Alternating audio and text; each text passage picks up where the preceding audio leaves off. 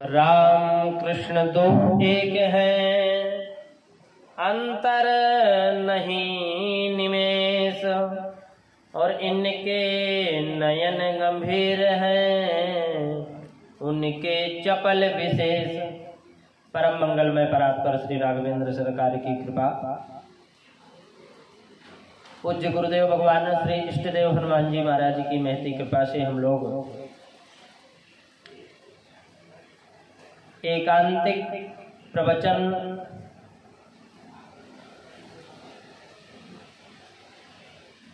का सत्र में हम लोग अवगाहन कर रहे हैं। और कल के प्रसंग में हम लोगों ने श्रवण किया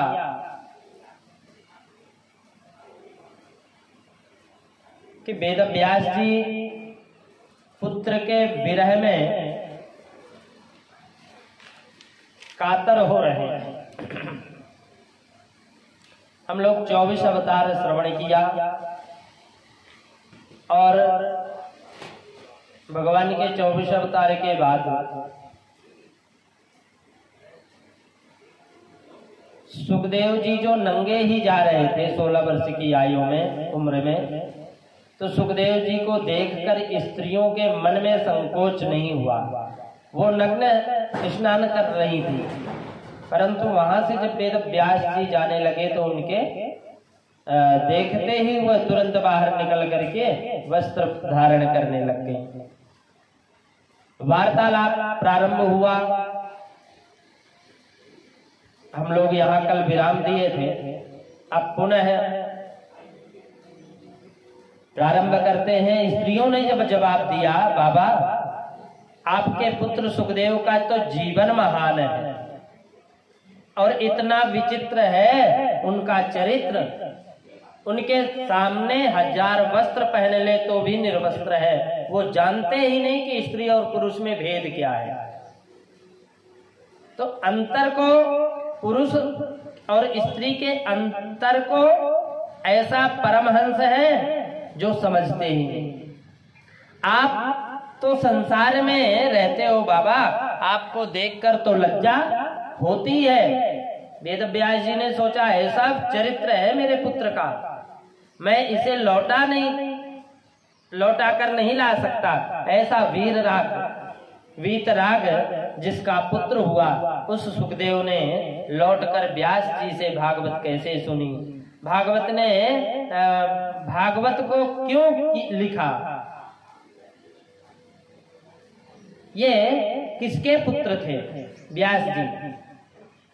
सूत जी ने कहा ये बहुत सुंदर प्रश्न है आपका। नारायण के पुत्र हैं ब्रह्मा जी, और ब्रह्मा के पुत्र है वशिष्ठ जी, वशिष्ठ के पुत्र है शक्ति, शक्ति के पुत्र है पराशर, और पराशर के ही पुत्र है महर्षि वेद व्यास जी महाराज। आप ध्यान से सुनो, देखो वेद व्यास जी महाराज का जब अवतार लिए और जन्म लेते ही वन की ओर जाने लगे तो उनकी माता सत्यवती रोने लगी और बोली कि तुम वन में जा रहे हो, मैं तुम्हारे बिना नहीं रहूंगी, नहीं रह सकती, तुम्हारे बिना अब एक पल भी नहीं रह सकती। वेद व्यास जी ने कहा माँ, जब भी तुम स्मरण करोगी ये बालक तुम्हारे चरणों में समर्पित हो जाएगा, तुरंत प्रकट हो जाएगा। यह कहकर वेद व्यास जी चले गए। व्यास जी ने सोचा ऐसा सुंदर स्थान खोजूं जहां बैठकर भजन में मन लगे। व्यास जी सीधे उत्तराखंड की ओर चले गए। बद्रीनाथ धाम में जाकर के सरस्वती नदी के तट पर, पावन तट पर सुंदर सा आश्रम बनाया, पर्णकुटी बनाई और उसका नाम रखा साम्यप्रास। बहुत सुंदर शांति स्थान है। बद्रीनाथ धाम स्वर्ग दर्शन होता है वहां। महर्षि वेद व्यास जी का वो पावन आश्रम है। महर्षि वेद व्यास जी भजन करने बैठे और जैसे ही उन्होंने समाधि लगाई तो व्यास जी के ध्यान में सारी दुनिया घूम रही है।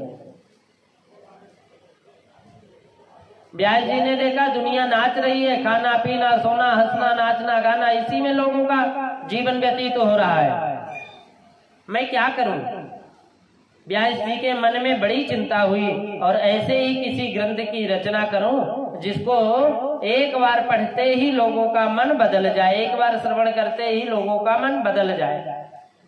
व्यास जी ने सूक्ष्म रूप से दुनिया में देखा, बस खाने पीने हंसने रोने गाने में लोगों का पूरा जीवन व्यतीत हो रहा है। तो व्यास जी सोचते हैं क्या करूं। एक वेद के व्यास ने 3 भाग और किए तो 4 वेद बन गए, ऋग्वेद, यजुर्वेद, सामवेद और अथर्ववेद। लेकिन वेदों की भाषा इतनी कठिन है कि उसे कोई पढ़ता ही नहीं है, और पढ़ लेवे तो उल्टा सीधा पढ़ ले, उसके अर्थ को अनर्थ कर देता है। अब व्यास जी के मन में और चिंता हुई और सोचा क्या करूं। उन्होंने वेद के आधार पर 17 पुराणों की रचना की। उसमें विष्णु पुराण सबसे श्रेष्ठ है, लेकिन फिर भी उनके मन में संतोष नहीं हुआ। क्योंकि एक बात कहूं, मैं कितनी भी अच्छी कविता लिखता हूं, पर जब तक मेरी लिखी हुई कविता मुझे संतोष नहीं होता तब तक आपको आनंद नहीं आ सकता। आपको कथा में आनंद आता है कि नहीं, इसका पता मुझे पहले चल जाता है। क्योंकि कथा कहते समय मुझे आनंद आएगा तो सुनने में भी बड़ा आनंद आएगा, जरूर आनंद आएगा। जब मेरा मन एकाग्र नहीं होगा तो कहते समय तो आपका मन नहीं लग सकता, ये बिल्कुल सत्य बात है।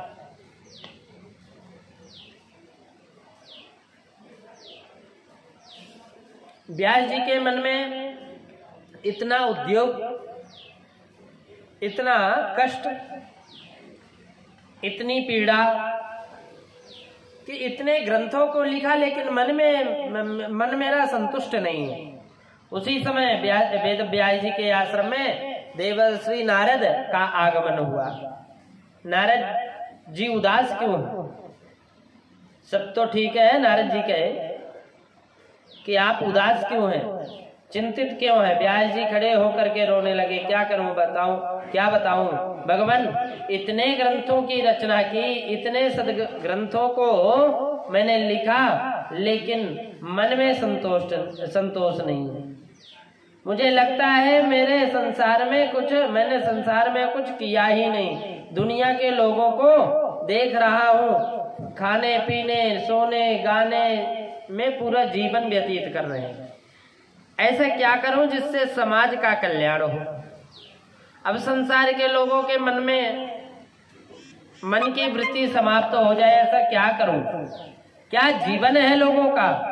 सुबह उठते हैं, नाश्ता कर लिया, नाश्ता के बाद बाल भोग कर लिया, फिर पढ़ने चले गए या ऑफिस चले गए, और आए तो ताश खेलने बैठ गए, टीवी चलाना प्रारंभ कर दिया, फिर थोड़ा मनोरंजन कर लिया, फिर सो गए, सुबह उठे फिर वही। ऐसे लोगों की आध्यात्मिक चिंतन के प्रति समय निकालने का कौन सुझाव दे।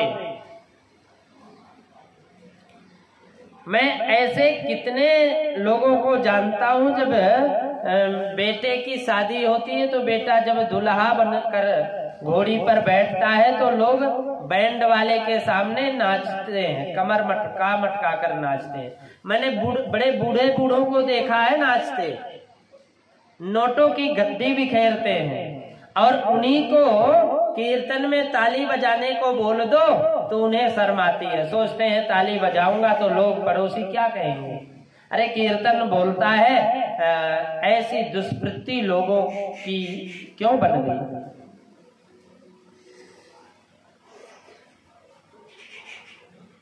शास्त्र कहते हैं कि परमात्मा के कीर्तन में जो नाच लिया, ध्यान दीजिए, भगवान के कीर्तन में जो नाच लिया वो 84 लाख योनियों में कभी नाचने वाला नहीं हो सकता। और बेटे की शादी में घोड़ी के बैंड बाजे के सामने जो नाच लिया उसे 84 लाख योनियों में नाचने से कोई रोक नहीं सकता। उसका तो नाचना चलता ही रहेगा। ना जाने कितने जन्मों में वेद व्यास जी बोले इतने ग्रंथों की रचना करके भी मन में संतोष नहीं।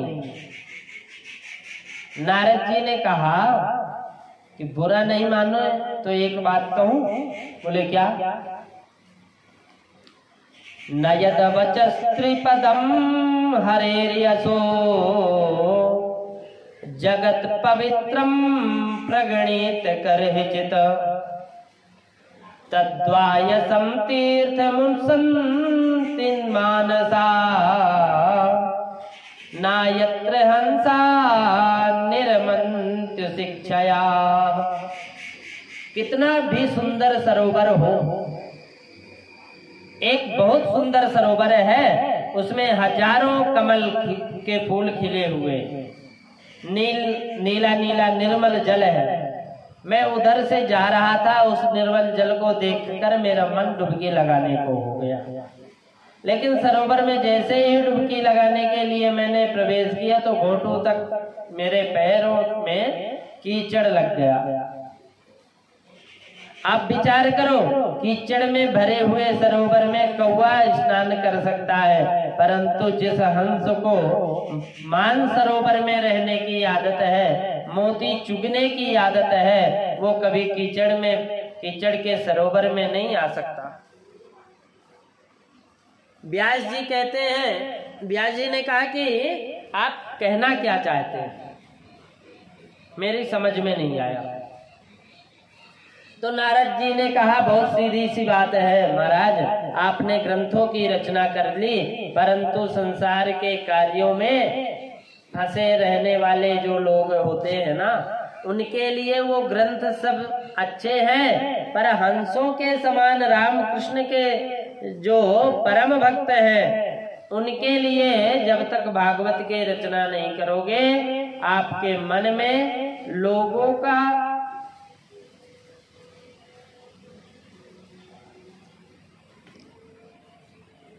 संतुष्टि नहीं आएगी। लो अंबिका ले लो, माता जी के लिए लो। सीधी नहीं।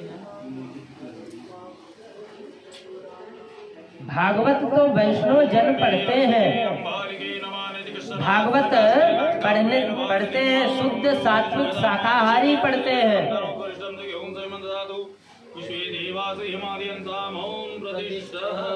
इसको लिखे बिना तुम्हारे मन में संतोष नहीं हो सकता।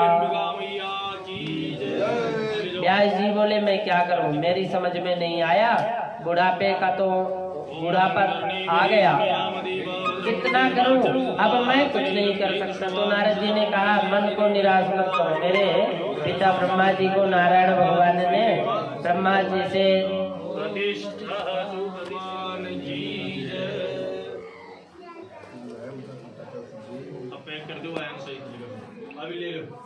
नारद जी ने समझाया कि आप निराश मत हो। मेरे पिता ब्रह्मा जी को नारायण भगवान ने भागवत जी की दान किया।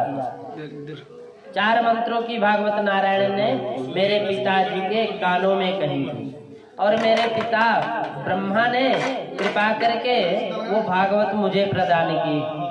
वही भागवत मैं आपको देता हूँ, उसमें 4 मंत्र हैं, और उन 4 मंत्रों को आप विस्तार से लिखो, उनकी व्याख्या करो, उनको संसार के लोग पढ़ेंगे तो मन में संतोष होगा, उनका सबका कल्याण होगा। व्यास जी बोले बुढ़ापा आ गया, अब मेरे बस की बात नहीं है, कुछ नहीं करना मुझे।